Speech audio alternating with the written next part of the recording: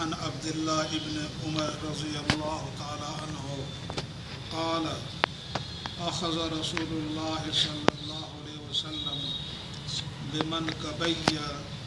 فقال كن في الدنيا كأنك غريب أو عابر سبيل بخاری۔ حضرت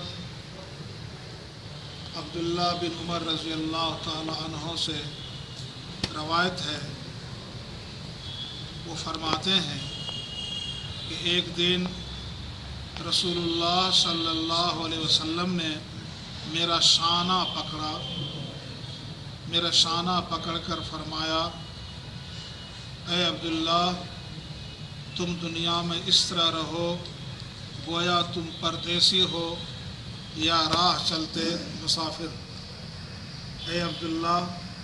تم دنیا میں اس طرح رہو گویا تم پردیسی ہو یا راہ چلتے مسافر۔ دنیا میں انسان کی اصل حیثیت مسافر کی ہے۔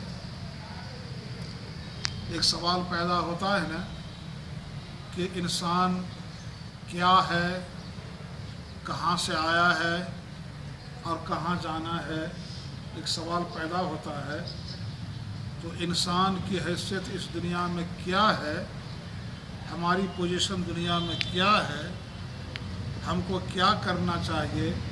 ہم اس دنیا میں ہمیشہ رہنے کے لیے آئے ہیں، ہم اس دنیا کے مالک ہیں یا ہم کسی مالک کے مملوک ہیں، ہم یہ اس حدیث سے یہ بات معلوم ہوتی ہے۔ حضرت عبداللہ بن عمر رضی اللہ تعالیٰ عنہ کا شانہ یہ حصہ پکڑ کر کے نبی کریم صلی اللہ علیہ وسلم نے بہت ہی پیارے انداز میں فرمایا کہ تم دنیا میں اس طرح رہو گویا کہ کوئی مسافر رہتا ہے یا پردیسی رہتا ہے۔ دنیا میں انسان کی اصل حیثیت مسافر کی ہے، اسے یہاں اس طرح زندگی نہیں گزارنا چاہیے جیسے یہاں اسے ہمیشہ رہنا ہے۔ ہمیشہ جو لوگ سوچتے ہیں کہ ہمیشہ رہنا ہے دنیا میں، اس کے رہنے سہنے کا ڈھنگ الگ ہوتا ہے، بلکہ اسے دنیا میں ایک مسافر کی طرح رہنا چاہیے۔ مسافر پردیس میں دل نہیں لگاتا، اس کا دل اپنے گھر اور اپنے وطن میں لگا رہتا ہے۔ وہ کسی کام سے آتا ہے پردیس، کسی ضرورت سے پردیس آتا ہے، لیکن پردیس کو اپنا وطن نہیں بناتا ہے، وہ اپنا وطن ہی کو وطن سمجھتا ہے، اور جب تک پردیس میں رہتا ہے وہ اپنی ضرورت کے لیے رہتا ہے، لیکن اس کا دل اپنے وطن میں، اپنے بال بچوں میں، اپنے گاؤں کے لوگوں میں، اپنے ملک کے لوگوں میں لگا رہتا ہے۔ تو ٹھیک اسی طرح آدمی کو دار آخرت کی طرف دل لگا رہنا چاہیے، جو اس کا حقیقی وطن اور ٹھکانہ ہے، یعنی جہاں سے وہ آیا ہے۔ کہاں سے آیا؟ اللہ کے یہاں سے آیا، اور جانا کہاں ہے؟ اللہ کے پاس ہی جانا ہے۔ تو اصل تو ٹھکانہ وہاں ہے۔ یہ دنیا بس ایک گزرگاہ ہے، گزرنے کی ایک جگہ ہے، یہ راستہ ہے، اور پھر ہم کو گزر کر کے وہیں جانا ہے، جہاں سے آئے وہیں جانا ہے۔ دنیا کو بالکل پردیس سمجھنا چاہیے، بلکہ اس سے بھی بڑھ کر اگر ہو سکے تو اس راہ رو کی طرح زندگی بسر کرے، جو راستہ چل رہا ہوتا ہے، کہیں ٹھہرتا نہیں، بلکہ ہر لمحہ اپنی منزل کی طرف آگے بڑھ رہا ہوتا ہے۔ اگر آدمی اس کیفیت سے دوچار ہو تو پھر دنیا اسے اپنے اصل مقصد سے ہٹا نہیں سکتی۔ اصل مقصد ہمارا کیا ہے؟ مقصد ہے اللہ کی عبادت، اللہ کی بندگی۔ قرآن میں اللہ تعالیٰ فرماتا ہے، اعوذ باللہ من الشیطان الرجیم، بسم اللہ الرحمن الرحیم، وما خلقت الجن والانس الا لیعبدون، کہ ہم نے جنات اور انسان کو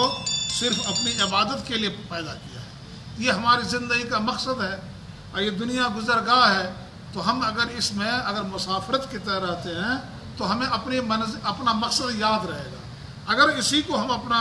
اڑھنا بچھونا دنیا کو اگر ہم بنا لیتے ہیں تو پھر ہم اپنے مقصد کو بھول جائیں گے۔ تو اس حدیث سے یہ بات معلوم ہوتی ہے کہ ہم تمام لوگوں کو یہ سمجھنا چاہیے کہ دنیا ہمیشہ رہنے کی جگہ نہیں ہے،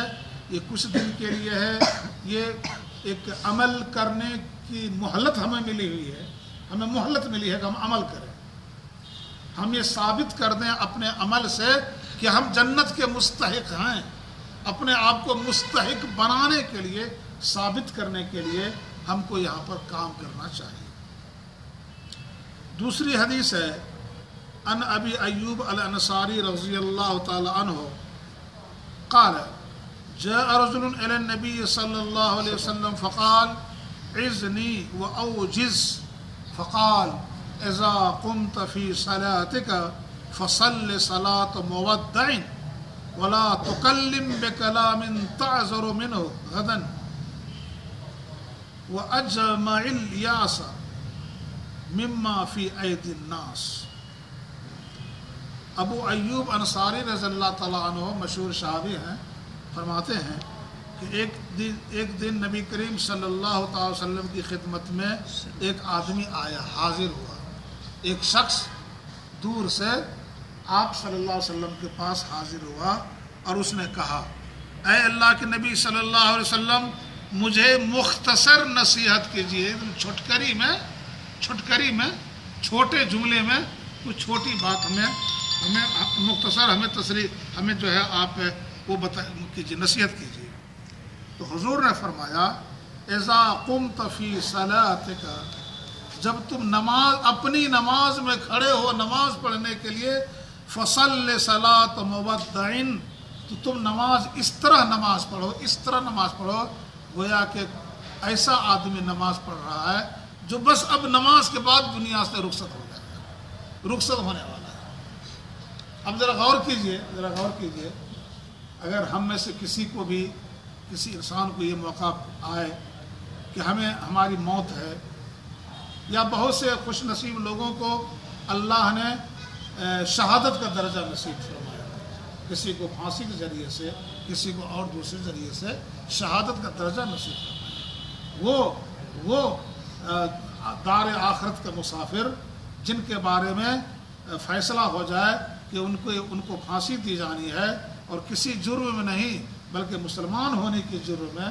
اسلام پر عمل کرنے کی جرم میں اگر اس کو پھانسی دی جا رہی ہے، اور اس وقت وہ 2 رکعت نماز پڑھتا ہے، اللہ کے لیے پڑھتا ہے، تو اس وقت اس کی نماز کی کیا کیفیت ہوگی؟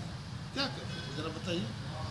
کیا کیفیت ہوگی؟ اس کے دل میں کتنا خشیت ہوگی، اللہ سے کتنا لگاؤ، اللہ سے کتنی محبت، اللہ کی کتنی عظمت اس کے دل میں ہوگی، اور اللہ تعالیٰ سے کس امید کے ساتھ وہ نماز پڑھ رہا ہے۔ تو وہ عظمت، وہ کیفیت جو ہے ہمیں ہمیشہ رہنا چاہیے۔ تو اس آدمی کو فرمایا نبی کریم صلی اللہ علیہ وسلم نے جب بھی تم نماز میں کھڑا ہو تو اس آدمی کی طرح نماز پڑھو جو اب بس نماز کے بعد وہ رخصت ہونے والا ہے، یہاں سے رخصت ہونے والا ہے۔ اس کے بعد فرمایا کہ جب تم کوئی بات بولو تو ایسی بات نہ بولو کہ کل تمہیں اس پر معذرت کرنا پڑے، شرمندگی کا اظہار کرنا پڑے، معذرت کرنا پڑے، یعنی پشیمانی ہو، معافی مانگنا پڑے۔ انسان رات و دن 24 گھنٹے میں بہت باتیں بولتا ہے، زبان سے بہت سے کلمات نکالتا ہے، بیوی کے ساتھ، بال بچے کے ساتھ، والدین کے ساتھ، رشتہ داروں کے ساتھ، اہل قریہ کے ساتھ، جنرل لوگوں کے ساتھ، عوام کے ساتھ، جن کے ساتھ وہ کاروبار کر رہا ہے ان کے ساتھ، یا کسی دینی مجلس میں ہے وہاں مختلف مقامات پہ مختلف باتیں اپنی زبان سے نکالتا ہے۔ کبھی غصے کی حالت میں ہوتا ہے، کبھی خوشی کی حالت میں ہوتا ہے، کبھی تنگی کی حالت میں ہوتا ہے، کبھی فراوانی کی حالت میں ہوتا ہے، مختلف حالات میں انسان ہوتا ہے، لیکن اس کو اپنے اوپر اتنا کنٹرول ہے، اپنے نفس پر اتنا کنٹرول ہے، اپنی زبان پر کنٹرول ہے کہ حضور فرماتے ہیں کہ تم کبھی بھی ایسی بات اپنی زبان سے نہ نکالو کہ اس کے بعد تمہیں پچھتانا پڑے، پشیمانی، شرمندگی اٹھانی پڑے، تمہیں معذرت کرنا پڑے لوگوں کے ساتھ، تمہیں وہ مانگنا پڑے، معافی مانگنا پڑے، ایسی باتیں نہیں نکالنا چاہیے۔ تو زبان کا کنٹرول، زبان کی محافظت،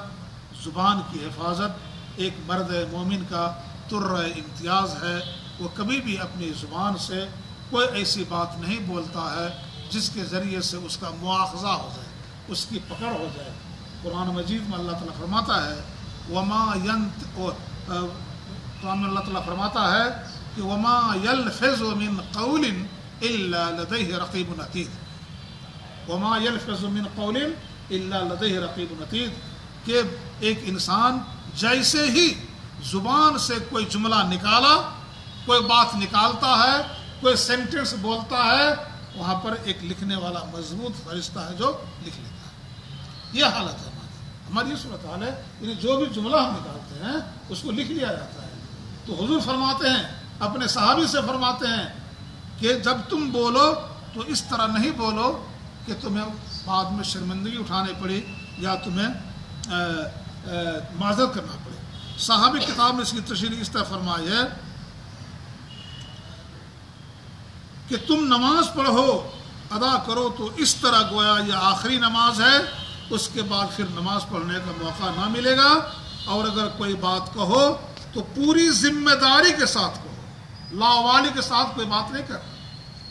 انسان جو بھی بات بولے تو ایک ذمہ دار کے طور پر بات بولے، میں ذمہ دار آدمی ہوں، میری ویکتتو جو ہے، میری شخصیت ایک ذمہ دار کی ہے، میں جو بھی بات کروں وہ ذمہ دارانہ میں بات کروں۔ یہ احساس ہمیشہ زندہ رہنا چاہیے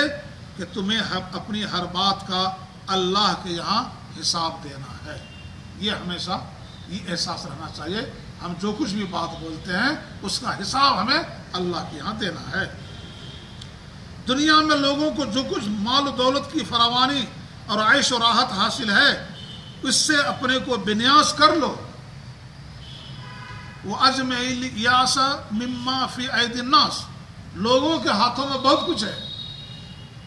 مال ہے، دولت ہے، سونے چاندی ہے، چمچماتی ہوئی گاڑیاں ہیں، کار ہیں، ان کو دیکھ کر کے رشک کرنا، ان کو دیکھ کر کے افسوس کرنا،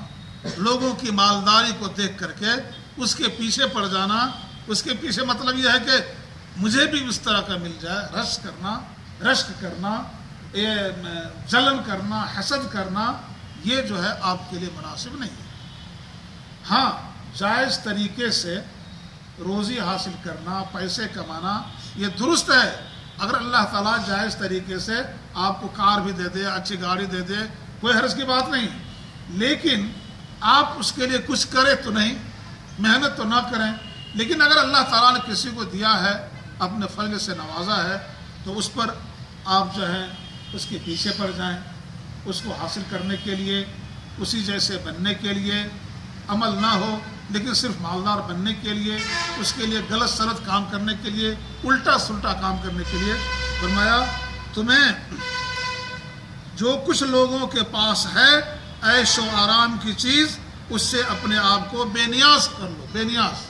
وہ ان کو دیا، اللہ تعالیٰ ان کو دیا ہے، ہم کو اللہ نے جو دیا ہے ہم اس میں خوش ہیں۔ اگر کسی کے پاس کروڑوں اربوں کی دولت ہے تو وہ ان کا ہے، ہم کو جو ملا ہے ہمارا یہ ہے، اور ہم اسی میں راضی ہیں، اسی میں اللہ تعالیٰ سے خوش ہیں۔ اور توحید کا تقاضا یہی ہے، اور آخرت پر ایمان لانے کا منشا بھی ہے۔ اس کے بغیر سکون و اطمینان کی وہ زندگی حاصل نہیں ہو سکتی جس کی ہمیں ضرورت ہے۔ اگر ہم اطمینان چاہتے ہیں، سکون کی چاہتے ہیں، اطمینان کی زندگی چاہتے ہیں، تو اللہ نے جو کچھ ہم کو دیا ہے اس پر ہم راضی رہیں، اور دوسروں کے پاس جو کچھ ہے اس کے چکر میں، اس کے پیچھے میں ہم نہ پڑیں۔ ہم کو اللہ نے جو کچھ دیا ہے راضی رہیں، اور جائز طریقہ سے ہم اللہ تعالیٰ کے دیے ہوئی رزق کو حاصل کرنے کی کوشش کریں۔ لیکن رزق کو حاصل کرنے میں، پیسہ کمانے میں انسان ایسا نہ لگ جائے کہ وہ اپنا اصل مقصد کو بھول جائے، اللہ کو بھول جائے، اپنے وجود کو بھول جائے، نماز کو بھول جائے، اور اہم کام کو بھول جائے، تو یہ مناسب نہیں ہے۔ ایک بندہ مومن کی شان سے یہ بات بہت ہی فروتر ہے۔ تو اس حدیث میں ان جو دو احادیث پڑھی گئی ہیں، ان دو احادیث سے جو بات ہمیں ملتی ہے وہ یہ ہے کہ اس دنیا میں ہمیں اپنی پوزیشن معلوم ہونی چاہیے۔ ہم مسافرت میں ہیں، ہم یہاں ہمیشہ رہنے کے لیے دنیا میں نہیں آئے ہیں، اور جو کچھ بھی دوسروں کے پاس ہے اس پر ہمیں اس کے پیچھے پڑنے کی ضرورت نہیں ہے۔ اللہ نے جو کچھ ہم کو دیا ہے ہم اسی میں راضی برضا رہیں،